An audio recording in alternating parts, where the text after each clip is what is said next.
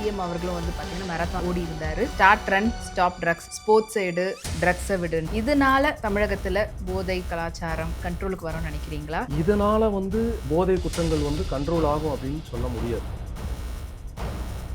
போதை பொருட்களை அதிகமாக உபயோகப்படுத்துறது இளைஞர்களும் இளைஞர்களும்.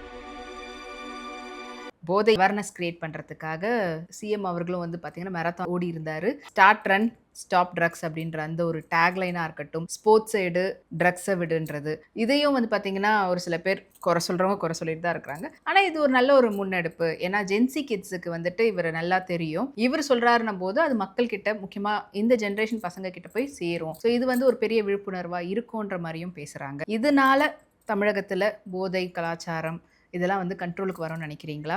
இதனால இந்த போதை குற்றங்கள் கண்ட்ரோல் ஆகும் அப்படின்னு சொல்ல முடியாது. இது ஒரு பார்ட், அதை கண்ட்ரோல் பண்றதுக்கு உண்டான ஒரு பார்ட். இது போன்ற விழிப்புணர்வுகளுக்கு இந்த தமிழகம் பூரா எல்லா இடங்கள்ல, ஈவன் ஒரு school, colleges and public places, இங்கே எல்லாமே போதை விழிப்புணர்வு இளைஞர்களிடையே இது மிக அதிகமாக கொண்டு செல்ல வேண்டும். இளைஞர்கள் சமுதாயம் தான் இன்னைக்கு சீரழிஞ்சிட்டு இருக்கு. நான் போதை பொருட்களை அதிகமாக உபயோகப்படுத்துறது இளைஞர்களும் இளைஞர்களும் இவர்களுக்கிடையே ஒரு கவுன்சிலிங் போய் சேரணும். இது தவறு. ஏன்னா ஒரு பிள்ளையை பெற்றெடுத்த பெற்றோர்கள் அவர்கள் வளர்ந்து ஆளாகி அந்த குடும்பத்தை காப்பாற்றுவார்கள், நாட்டை காப்பாற்றுவார்கள், வீட்டை காப்பாற்றுவார்கள் என்கிற எண்ணத்தோடும் அவர் எவ்வளவு செல்லமாக அவங்கள வளர்த்துறாங்க.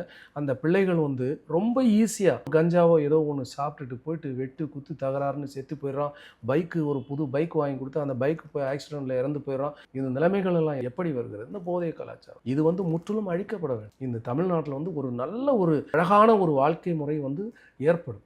இந்த மாற்றங்கள் நிகழ்ந்தால் 200% மாற்றினால்தான் நல்ல வளம் பெறும் நாடு என்பதுதான் மகாத்மா காந்தி மக்கள் கட்சியின் கருத்து.